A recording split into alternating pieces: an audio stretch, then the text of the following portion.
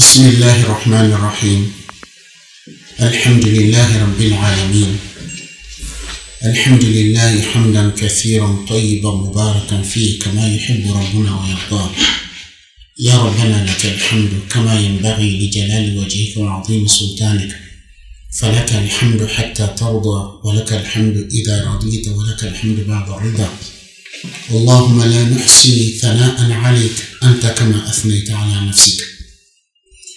سبحانك اللهم لا علم لنا إلا ما علمتنا إنك أنت العليم الحكيم. اللهم فقهنا في ديننا ووفقنا للعمل بما علمتنا وزدنا علما وارزقنا الإخلاص في القول والعمل برحمتك يا أرحم الراحمين يا رب العالمين. Mes chers frères et sœurs en islam, assalamu alaikum wa rahmatullahi ta'ala wa barakatuh. Aujourd'hui, nous allons vous présenter un tafsir, un commentaire succinct de Surat al-Fatiha. Mais avant de rentrer dans le vif des sujets, en guise d'introduction, Allah subhanahu wa ta'ala, par sa sagesse et sa miséricorde, a envoyé les prophètes et les messagers, et il a fait descendre sur ces prophètes et ces messagers des livres pour guider l'humanité, pour nous faire sortir des ténèbres vers la lumière, de l'égarement vers la guidance, de l'infidélité vers la croyance et la foi. Et Allah subhanahu wa ta'ala soutenait ces prophètes et ces messagers par des miracles pour prouver la véracité de leurs messages, de leurs missions qui sont réellement envoyées par Allah subhanahu wa ta'ala. Les derniers des prophètes et des messagers d'Allah est notre prophète Muhammad sallallahu alayhi wa sallam. Le plus grand miracle que Allah subhanahu wa ta'ala a donné à notre prophète Muhammad sallallahu alayhi wa sallam, c'est le Coran. Le Coran est un miracle intemporel dont les merveilles n'épuisent jamais. Donc, ce Coran, Allah subhanahu wa ta'ala, il a fait descendre comme une lumière, comme une guidance pour l'humanité tout entière, et aussi comme miséricorde. Et le Coran est une lumière qui guide les humains, qui nous montre le droit chemin, qui nous montre, qui nous permet de discerner, comme Allah subhanahu wa ta'ala nous dit, شهر رمضان الذي أنزل فيه القرآن هدى للناس وبينات من الهدى والفرقان. Le mois de Ramadan, durant lequel on a fait descendre le Coran comme guide pour les gens et des preuves claires de la guidance et le discernement. Le Coran nous permet de discerner entre le vrai et le faux, entre le bien et le mal, entre la vérité et le mensonge. Donc, le Coran et cette lumière est la plus grande sourate du Coran. La sourate la plus importante du Coran, c'est Surat al-Fatiha. Donc, nous allons parler des noms de cette sourate. Cette sourate a plusieurs appellations, plusieurs noms. Donc, la plus connue, c'est Al-Fatiha, l'ouverture. L'ouverture, ça veut dire, c'est l'ouverture du livre, le Coran, c'est le début. Les sourates du Coran commencent par Al-Fatiha, donc raison pour laquelle on l'appelle Al-Fatiha, l'ouverture, donc qui veut dire le début. Et aussi, parmi les noms de cette sourate, on a Kitab, la mère du livre. La mère du livre, Fatiha a été appelée ainsi la mère du livre parce que Al-Fatiha résume tous les enseignements du Coran. Tous les enseignements du Coran est résumé dans Al-Fatiha. Raison pour laquelle on appelle Kitab, la mère du livre. Et aussi, cette sourate est appelée Qur'an, la mère du Coran. La mère du Coran puisqu'il contient l'essentiel de l'enseignement du Coran. Et aussi, la sourate, elle s'appelle aussi As-Sab' al-Mathani, les 7 qui se répètent, car le nombre de versets de cette sourate sont au nombre de 7. Fatiha contient 7 versets qui se répètent. On doit les répéter dans chaque prière, dans chaque raka. Aussi, Fatiha s'appelle Shifa, la guérison. Car cette sourate est une guérison, comme il est dit dans un hadith que Al-Fatiha Shifa min kulli sum, que la Fatiha est un remède contre tout poison. Donc, vous voyez, cette sourate a plusieurs appellations, plusieurs noms. Chez les Arabes, quand quelque chose a plusieurs noms, plusieurs appellations, ça montre l'importance de telle chose. Donc, il faut savoir que cette sourate est une sourate mécoise, c'est-à-dire la sourate, elle a été révélée à la Mecque, selon l'avis le plus sûr des savants. Sinon, il y a une divergence, mais l'avis qui est plus sûr est que la Fatiha, elle a été révélée à la Mecque. Donc, au sujet du mérite de cette sourate, c'est une sourate qui est très très importante, qui est très méritoire.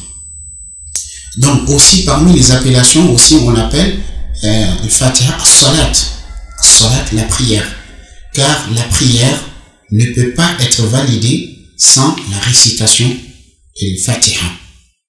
Donc, le mérite de cette sourate, le prophète sallallahu alayhi wa sallam dit dans un hadith rapporté par l'imam Tirmidhi, d'après Ubay ibn Ka'b, radiyallahu anhu, dit le prophète sallallahu alayhi wa sallam a dit, Allah n'a fait descendre ni dans la Torah, ni dans Al-Injil, une sourate semblable à sourate al-Fatiha. À sourate al-Fatiha. Donc, c'est-à-dire cette sourate, il n'y en a pas une sourate pareille, une sourate semblable à cette sourate, ni dans la Torah, ni dans l'Injil, la Bible de Jésus alayhi salatu wassalam.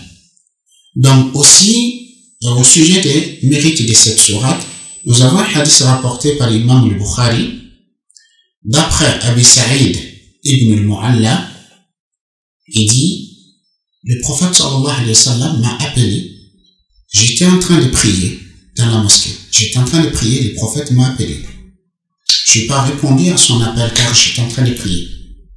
Et quand j'ai fini la prière, je suis venu vers lui, j'ai dit au messager d'Allah, quand il m'a appelé, j'étais en train de prier, c'est pour cela que je ne t'ai pas répondu. Et le prophète sallallahu alayhi wa sallam a dit, Allah subhanahu wa ta'ala n'a-t-il pas dit, Ya ayyuhalladhina amanu stajibu lillahi wa lirrasul idha da'akum lima yuhyikum. Ô vous les croyants, répondez à Allah et à son messager quand il vous appelle à ce qui vous donne la vraie vie. Il dit ensuite, le prophète sallallahu alayhi wa sallam m'a dit, je t'apprendrai une sourate qui est la sourate la plus grandiose du Coran avant que tu ne sortes de la mosquée. Et le prophète sallallahu alayhi wa sallam m'a pris par la main et on marchait. Quand il était sur le point de sortir de la mosquée, je lui ai dit, ô messager d'Allah, n'as-tu pas dit que tu vas m'apprendre la sourate la plus grandiose du Coran? Il a dit, certes oui. Il dit, Al-Fatiha. Al-Fatiha, c'est la sourate la plus grandiose du Coran. Donc en fait, cette sourate, elle est une sourate très très importante dans le Coran. Raison pour laquelle, à chaque raka, à chaque unité de prière, le musulman est obligé de réciter cette sourate pour que sa prière soit valide. Pour que sa prière soit valide. Donc, je vous ai dit que cette sourate, elle s'appelle as-salat, la prière. Car ceci se base sur un hadith qudsi, c'est-à-dire un hadith divin, où Allah subhanahu wa ta'ala dit qasamtu as-salata bayni wa bayna 'abdi nisfayn. Je partageais la prière entre moi et mon serviteur en deux parties. إذا قال العبد الحمد لله رب العالمين, lorsque le serviteur dit louange à Allah, Seigneur des univers. Allah subhanahu wa ta'ala dit hamidani abdi, mon serviteur m'a loué, m'a rendu hommage. Et lorsqu'il dit ar-Rahman ar-Rahim, est tout miséricordieux, il est très miséricordieux. Allah subhanahu wa ta'ala dit, Athna alayya abdi. Mon serviteur m'a fait des éloges. Et lorsqu'il dit, Malik yawmiddin, le souverain du jour de la rétribution, Allah subhanahu wa ta'ala dit, Majjadani abdi. Mon serviteur m'a glorifié. Donc, vous voyez, chaque fois qu'on dit une phrase de cette sourate, il y a comme une discussion, un dialogue entre le serviteur et Allah. Chaque phrase que tu dis, Allah te répond. Raison pour laquelle, lorsque on récite cette sourate, notamment dans la prière, on doit être en parfaite concentration, on doit être conscient qu'on est en train d'échanger avec Allah subhanahu wa ta'ala, le Seigneur des cieux et de la terre. Donc, lorsque le serviteur dit, Iyyaka na'budu wa iyyaka nasta'in, c'est toi seul que nous adorons, c'est de toi seul que nous implorons l'aide. Allah subhanahu wa ta'ala dit, Hada bayni wa bayna abdi. Ceci est entre moi et mon serviteur. On reconnaît que nous n'adorons que Allah subhanahu wa ta'ala. Nous ne lui associons rien. Et aussi, en même temps, nous reconnaissons notre faiblesse, notre incapacité, que nous ne pourrons rien sans l'aide d'Allah et son assistance. Ensuite, lorsque le serviteur dit Ihdina sirata al-mustaqim, guide-nous sur le droit chemin. Sirata alladhina an'amta alayhim ghayri al-maghdubi alayhim wa ad-dallin, la voie de ceux que tu les as comblés de tes bienfaits, non ceux qui ont encouru ta colère ni les égarés. Allah subhanahu wa ta'ala dit Hada li'abdi wa li'abdi ma sa'al. Ceci appartient à mon serviteur, c'est-à-dire quand on implore de nous guider sur cette voie, dit ceci appartient à mon serviteur et mon serviteur aura ce qu'il demande. Donc, raison pour laquelle ça fait partie des minimums, des obligations, des devoirs de chaque musulman de chercher à comprendre le sens de cette sourate. Donc, quand on revient, pour comprendre le sens de cette sourate, la sourate commence par Bismillahirrahmanirrahim. Au nom d'Allah, le tout miséricordieux, il est très miséricordieux. Donc, les savants nous disent Bismillahirrahmanirrahim, ça veut dire je commence ma lecture, je commence ma récitation par le nom d'Allah, c'est-à-dire en cherchant la bénédiction par le nom d'Allah, en cherchant l'assistance d'Allah par son nom. Donc je commence ma lecture en cherchant l'assistance d'Allah par son nom, en cherchant la bénédiction d'Allah par son nom. Donc Allah, c'est le nom propre d'Allah subhanahu wa ta'ala. Personne d'autre ne peut être appelé Allah. Il n'y a que Allah, le Seigneur des cieux et de la terre, qui a ce nom, c'est son nom propre.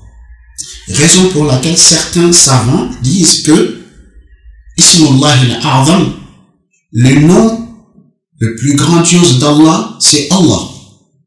Car il n'y a que lui qui s'appelle comme ça. Personne ne s'appelle Allah. Donc, Bismillahirrahmanirrahim, je commence ma lecture, je commence ma récitation par le nom d'Allah, c'est-à-dire en cherchant sa bénédiction, en cherchant son assistance. Donc, Allah subhanahu wa ta'ala, il se présente à ses créatures par son nom propre qui est Allah. Mais maintenant, c'est qui est Allah? Comment Allah se définit lui-même? Comment il se décrit lui-même?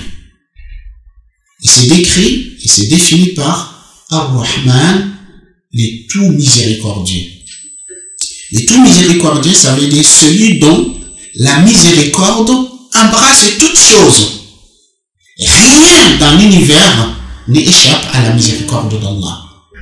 Comme Allah subhanahu wa ta'ala dit, wa rahmati wasi'at kulla shay. Et ma miséricorde embrasse toutes choses.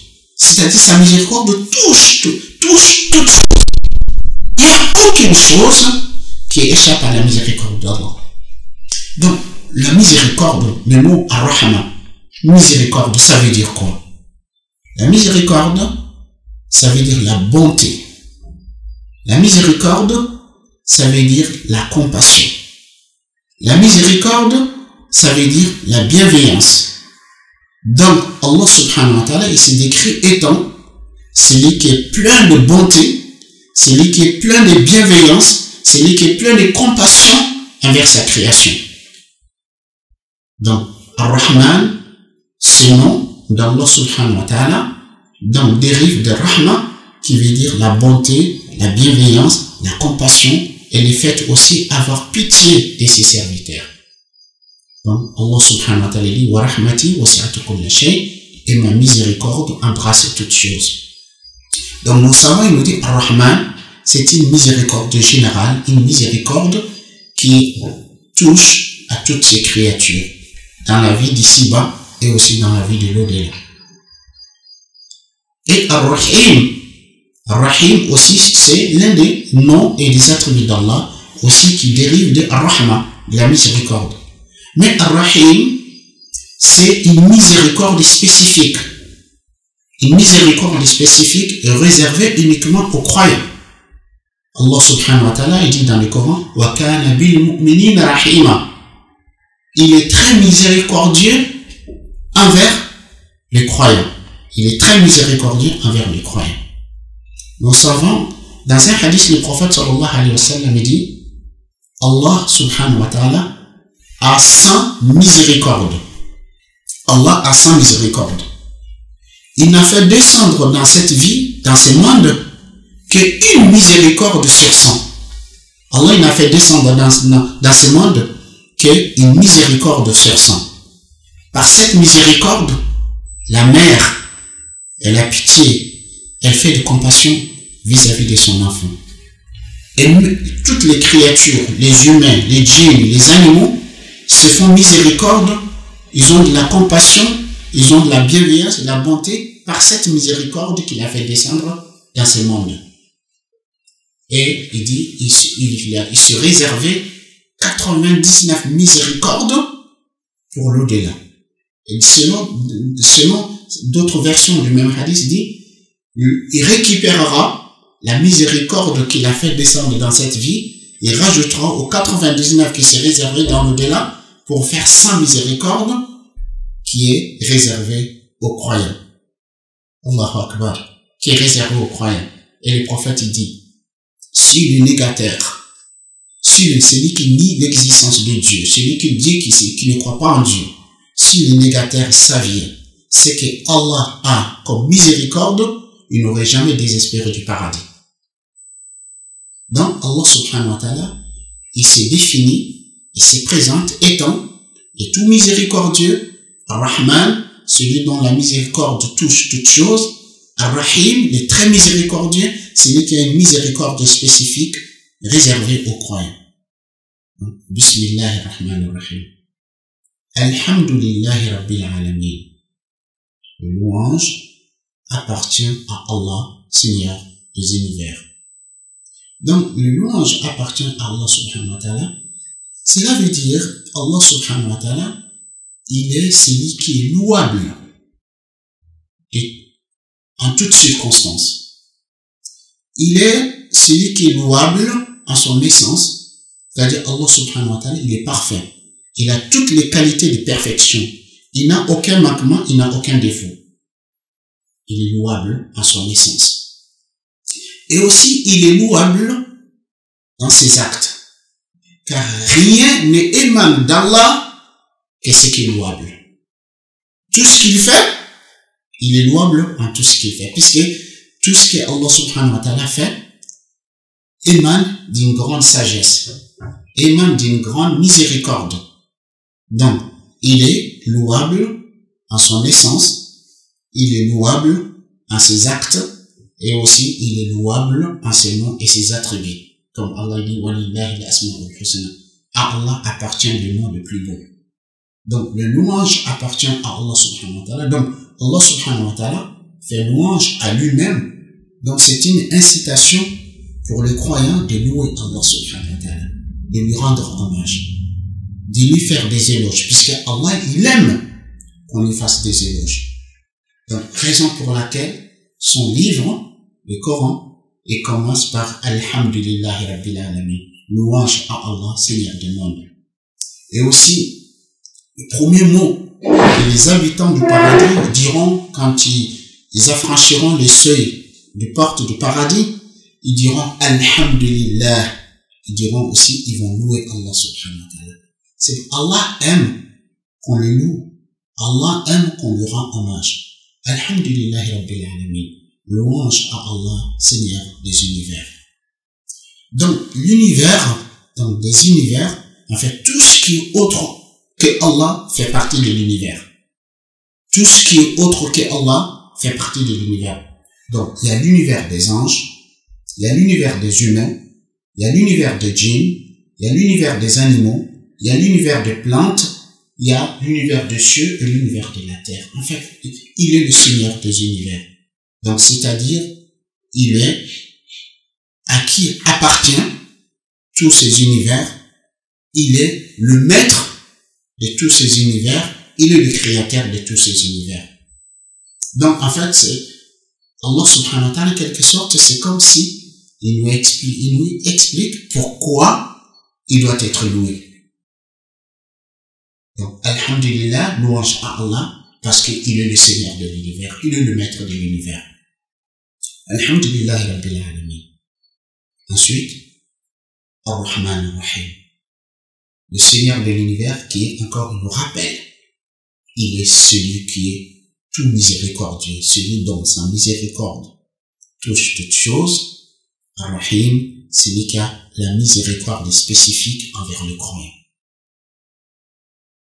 Malik Yawmiddin ou Malik Yawmiddin, le souverain du jour et la rétribution. Malik, ça veut dire souverain, le roi.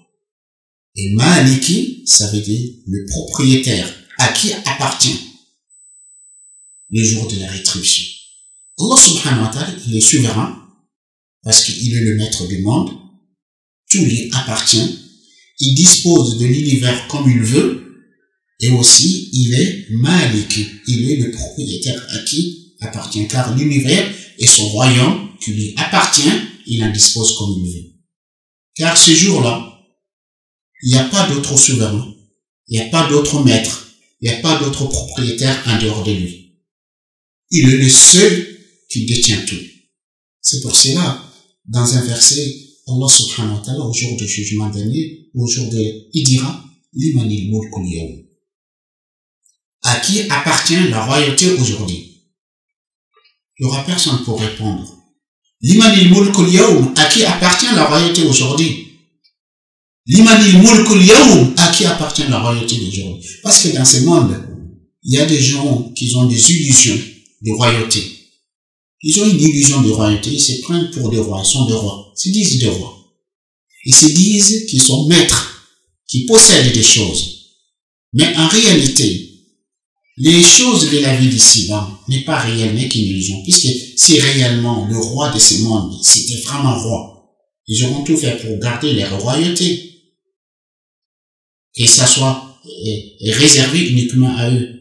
Mais ils ont pris cette royauté après que le roi précédent qui a quitté, ou bien qui lui a été enlevé. Et ils vont laisser cette royauté aussi à leurs successeurs. Mais le seul roi, le vrai roi, c'est Allah subhanahu wa ta'ala. C'est pour cela, il dit, Malik Yawmiddin, le souverain, ou le roi, le souverain du jour de la rétribution. Le jour de la rétribution, il s'agit du jour de jugement dernier. Car chaque individu, chaque personne, ce jour-là, sera rétribué pleinement en fonction de ce qu'il aura fait au cours de sa vie. Chacun d'entre nous, il va trouver ce qu'il a fait au cours de sa vie. Ce qu'il a fait de le jour où chaque âme trouvera ce qu'il a fait de bien présent et ce qu'il a fait de mal. Donc, ce jour-là, chacun d'entre nous, il va se trouver et face à ce qu'il a fait. Donc, Allah il va juger chacun et ensuite il va rétribuer à chacun en fonction de ce qu'il aura fait. Donc chacun va être rétribué en fonction de ce qu'il aura accompli. Raison pour laquelle, quand le musulman, quand le croyant a cette conscience de dire, viendra un jour où je vais rendre compte. il viendra un jour où je vais être rétribué en fonction de ce que j'ai fait et ce que j'ai dit. Donc, on devient attentif. On fait attention à ce qu'on dit. On fait attention à ce qu'on fait, parce qu'il viendra un jour où nous allons être rétribués de ce qu'on a fait, de ce qu'on a dit.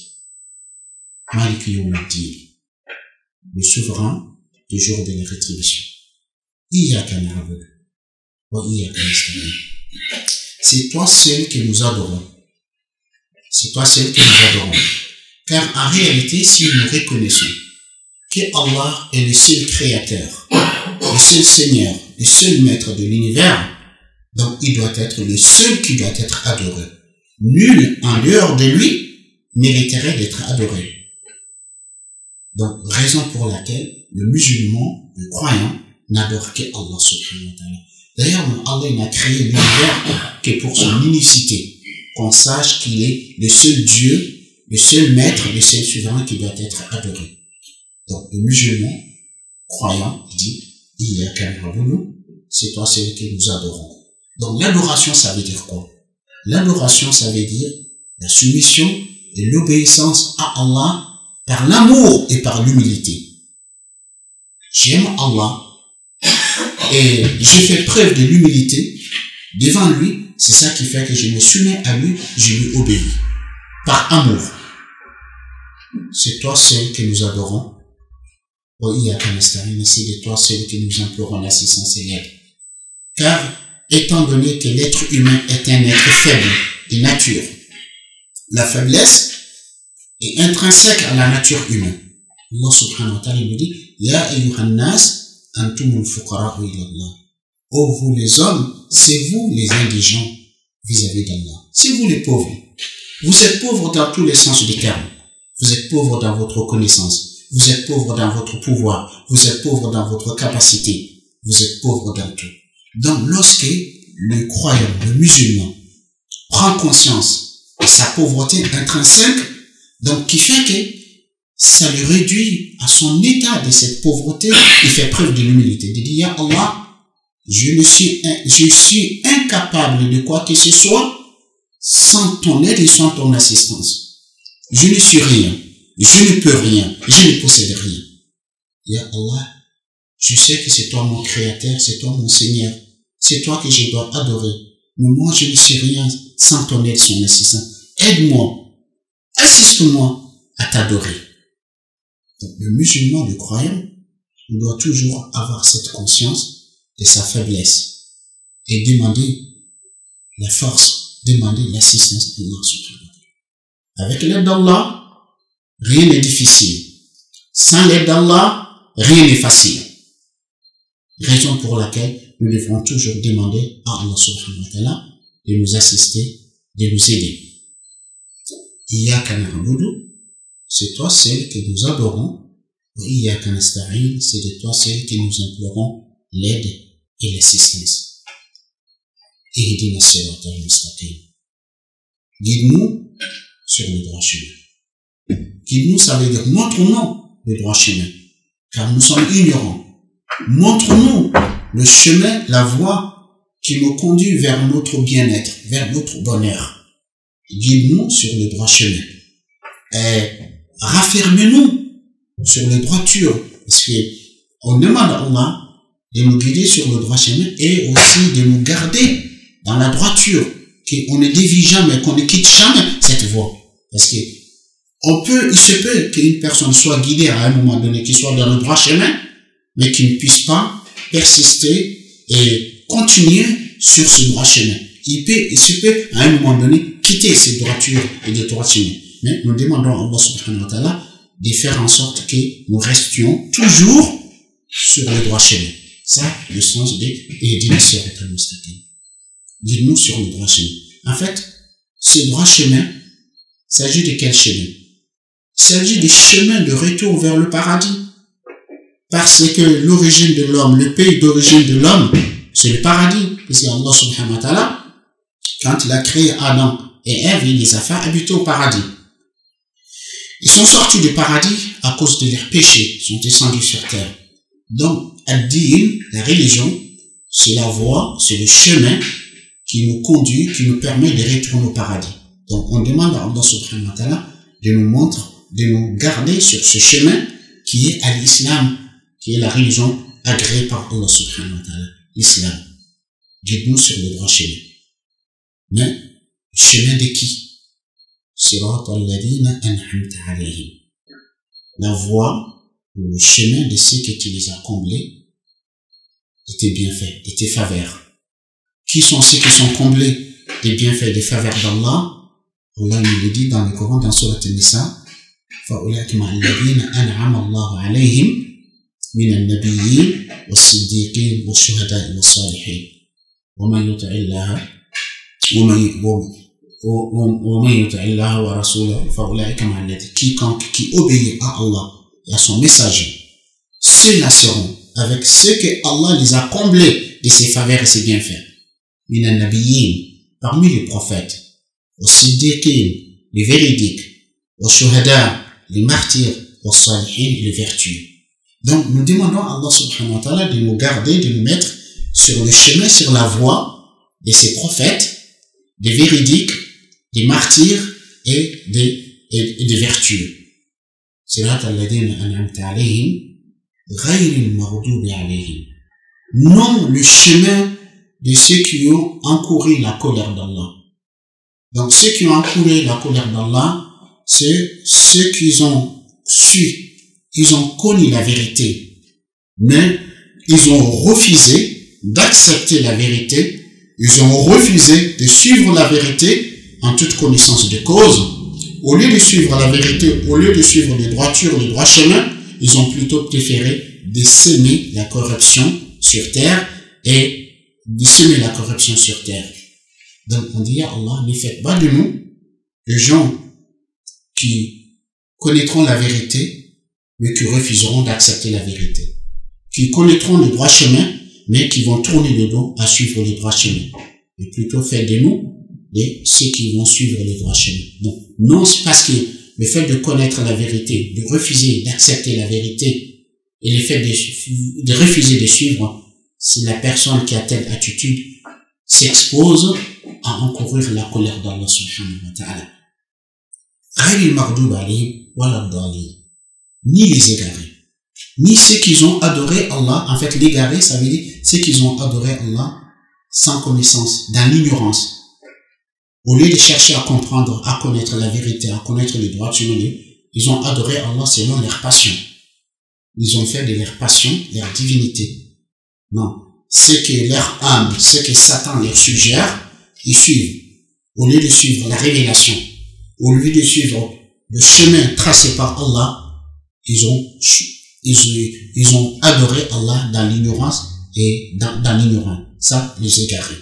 Donc, on demande à Allah subhanahu wa ta'ala de nous mettre sur le chemin de ses prophètes, ses messagers, les véridiques, les martyrs et les vertueux, mais pas ceux qui ont encouru la colère d'Allah, ni les égarés. Donc, il est recommandé aux musulmans, quand ils récitent la Fatiha dans sa prière, de dire Amin. Certes, le mot Amin, ça fait pas partie des Fatiha, mais Amin, ça veut dire quoi? Ça veut dire, oh Allah, exauce-nous notre Seigneur. Parce que Fatiha, c'est une invocation, c'est du dua, c'est des prières, on prie Allah, donc on dit à la fin, Seigneur, exauce nos prières. C'est ça le sens de Amin. On dit Amin, exauce-nous, Seigneur. Donc, quelques enseignements qu'on peut retenir de cette sourate. Les enseignements qu'on peut retenir, parmi les enseignements qu'on peut retenir de cette sourate, Allah subhanahu wa ta'ala, il se présente à nous étant le tout miséricordieux et le très miséricordieux. C'est-à-dire celui dont la miséricorde touche toutes choses. Donc Allah subhanahu wa ta'ala, la qualité inhérente à la divinité d'Allah est Allah est miséricordieux. Allah subhanahu wa ta'ala dit wa rahmati sabaqat ghadabi. Il dit ma miséricorde dépasse ma colère. Dévance ma colère. Donc Allah est miséricordieux. Allah se présente en nous. Donc qui est Allah? Donc la sourate nous apprend qui est Allah. Donc et en même temps aussi la sourate nous incite à louer Allah, à lui faire des éloges, à lui rendre hommage, car il est celui qui est digne de toute louange, de toutes éloges, car il est parfait. Hein? Il est parfait, donc c'est une incitation. Raison pour laquelle le musulman, il doit louer Allah en toutes circonstances, en toutes conditions. Tout ce qui lui arrive dans la vie, il doit toujours dire Alhamdulillah, louange Allah. Il loue Allah, car Allah subhanahu wa ta'ala, il est celui qui est digne d'être loué dans toutes circonstances. En même temps aussi, c'est recommandé aux musulmans, avant de commencer quoi que ce soit d'important, de dire Bismillah au nom d'Allah, de demander l'assistance d'Allah, de demander la bénédiction d'Allah. Donc, raison pour laquelle, avant de manger, on dit Bismillah, avant de faire ses ablutions, on dit Bismillah, avant de porter ses vêtements, on dit Bismillah, avant de rentrer à la mosquée, on dit Bismillah, avant de sortir de la mosquée, on dit Bismillah, enfin, dit Bismillah dans tout. Le prophète sallallahu alayhi wa sallam, il dit toutes choses importantes qui ne commencent pas par Bismillah est inachevé et incomplet. Donc, ça nous apprend de dire Bismillah avant de commencer toutes choses, de louer Allah subhanahu wa ta'ala, de lui rendre hommage. Et en même temps aussi, d'avoir le souci de toujours œuvrer pour réaliser l'unicité d'Allah, de ne rien associer à Allah subhanahu wa ta'ala. Parce que Allah subhanahu wa ta'ala nous a créés pour l'adorer. Pour l'adorer, lui, uniquement, sans rien lui associer. Donc, Tawhid, la réalisation de Tawhid, l'unicité d'Allah, ça doit être notre souci. Et on doit tout faire en sorte que nous n'associons rien à Allah subhanahu wa ta'ala. Et en même temps, qu'on soit conscient que nous ne sommes rien sans l'aide d'Allah et sans son assistance. Donc, lorsque on a cette humilité, on ne va pas se leurrer pour le peu de science que Allah nous a donné. On ne va pas se laisser leurrer par peu de richesses que Allah nous a donné dans cette vie, ou bien peu de pouvoir qu'il nous a donné dans cette vie. Quoi qu'il en soit notre état, qu'on soit savant, qu'on soit souverain, qu'on soit riche, qu'on soit pauvre, on est toujours conscient qu'en réalité, nous ne sommes rien sans l'aide d'Allah, son assistance. Donc, qui va faire qu'on doit toujours rester humble et modeste. Et aussi, cette sourate nous apprend d'implorer Allah, de lui demander, car Allah aime qu'on l'implore. Allah aime qu'on lui demande. Le prophète sallallahu alayhi wa sallam nous dit, celui qui ne demande pas à Allah, il se met en colère contre lui. Les hommes, quand tu leur demandes trop, ils se mettent en colère. Mais Allah se met en colère contre celui qui ne lui demande pas. Car celui qui ne demande pas à Allah, en réalité, c'est une forme d'orgueil. C'est comme si on peut se passer de lui.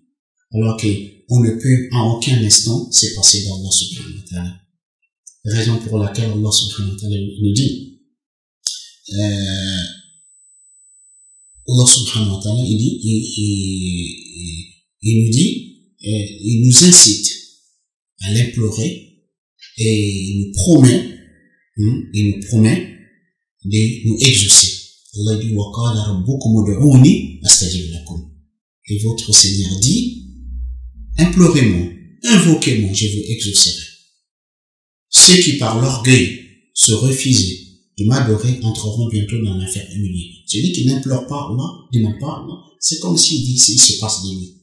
Alors ça, c'est le pire de l'orgueil. Aucune créature ne peut se passer d'Allah, ne serait-ce qu'un clin d'œil. Un temps d'un clin d'œil. Donc, la sourate nous incite à implorer Allah subhanahu wa ta'ala, à lui demander ce dont on a besoin. Et Allah nous a promis qu'il va nous exaucer. Et dans la vie, le musulman, le croyant, il doit être toujours celui qui est en quête de la vérité. En quête de la vérité, celui qui est toujours prêt à accepter la vérité, à revenir à la vérité.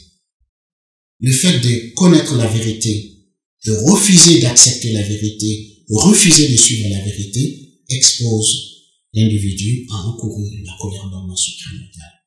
Et aussi, œuvrer dans l'ignorance, œuvrer sans connaître sans être dans la lumière de la révélation, aussi ça c'est un égarement. Donc c'est un égarement, le musulman, il cherche la voie qui le conduit, qui le ramène à Allah subhanahu wa ta'ala, à son agrément, à sa satisfaction, la voie qui lui permet de retourner au paradis.